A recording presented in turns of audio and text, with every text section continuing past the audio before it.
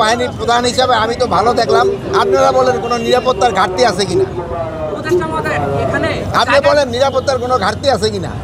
জায়গার জন্য আলাদা টাকা রাখা হয় জায়গার জন্য, এটা ওই মিটিংয়ের সময় বলা হয়েছিল। এটা ক্ষেত্রে আমরা বলছি জায়গার জন্য আলাদা ভাড়া নিতে পারবো না। এই যে এবার হাসিল নিচ্ছে, এই যে ভাইয়েরা এই যে যদি কেউ জানানো হয়েছে আইন শৃঙ্খলা বাহিনীকে সাথে সাথে ব্যবস্থা নেওয়া হয়েছে। যদি এরপরে যদি ব্যবস্থা না নেয় তো ওনারা কিছু ব্যবস্থা নিব। ঈদে অনেক মানুষ ঘরে চলে যাচ্ছেন, বাড়ি চলে যাচ্ছেন। রাজধানীর আইন শৃঙ্খলা পরিস্থিতি আসলে কেমন থাকবে? রাজধানীর আইন শৃঙ্খলা পরিস্থিতি মাশাআল্লাহ খুবই ভালো থাকবে। যেহেতু আমাদের আপনারা সবাই ছুটি চলে গেলেও আমাদের ইউনিফর্ম বাহিনী কিন্তু থেকে যেতেছে, এই জন্য কোনো অসুবিধা হবে না। আচ্ছা, আরেকটা জিনিস, সেটা হচ্ছে গাবতলী হাট, বুঝলাম না কি বলে। গাবতলীতে আসার পথে আপনার কল্যাণপুর থেকে গাবতলী পর্যন্ত যানজটটা বেশি হচ্ছে। এই জায়গাটা একটু যানজট বেশি হচ্ছে। এই ব্যাপারে কোনো নির্দেশনা দিয়েছেন কিনা? যেহেতু এই যানজটটা কিছুক্ষণের ভিতরে কমে যাবে।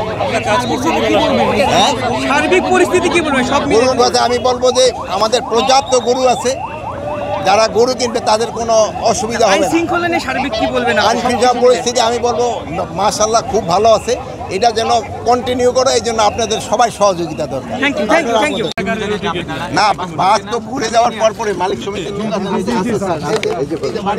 আপনার বাস ভরার সাথে সাথে কিন্তু ছেড়ে গাড়ি আসার পথে যে গাড়িগুলো প্যাসেঞ্জার নামায় চলে আসবে, আসার পথে বিভিন্ন জায়গায় বাইপাইল বলেন, চন্দ্রা বলেন, বিভিন্ন জায়গায় যানজটের কারণে শোনেন, এখানে হলো কি অন্যান্য যানজটের কারণে গাড়িগুলি ঈদুল ফিতর এবং ঈদুল আজহার হলো দুইটা। ঈদুল ফিতরের সময় যাওয়ার পথে পরে, আর ঈদুল আজহার সময় যাওয়ার পথে এবং আসার পথে হয়। যেহেতু গরুর গাড়িও তো আসতেছে, এই জন্য রাস্তাটা পুরো আগের মতো থাকে না। তবু আমি আপনাদের আশ্বস্ত করতে পারি ওই কোনো ধরনের সমস্যা হবে না। আইন শৃঙ্খলা বাহিনী কিন্তু তারা পুরোভাবে তারা প্রস্তুত আছে যে কোনো পরিস্থিতি মোকাবেলা করতে। ওকে স্যার, ওকে স্যার, ওকে। আপনারা ভালো থাকেন। স্যার, সড়ক মহাসড়কে স্যার যানজটের কি অবস্থা স্যার সেটা একটু বলেন, সেটা নিরসনের কি অবস্থা এবং এরপরে নিরাপত্তা ব্যবস্থা ধরনের ব্যবস্থা নেওয়া হয়েছে, পর্যাপ্ত নেওয়া হয়েছে। তারপরেও ধরেন যে যেহেতু বৃষ্টি বাদলের সময় এইভাবে একটু কিন্তু যানজট হয় আমাদের দেশে, যেহেতু কন্টিনিউয়াস বৃষ্টি হয়ে যাচ্ছে, তো এই বৃষ্টি ঈদে একটু কমে গেলে আমার মনে হয় না কোথাও কোনো অসুবিধা হবে। রাস্তাঘাট কিন্তু মোটামুটি ভালোই আছে। এইটা যেন না করতে পারে এই জন্য আমরা সজাগ আছি।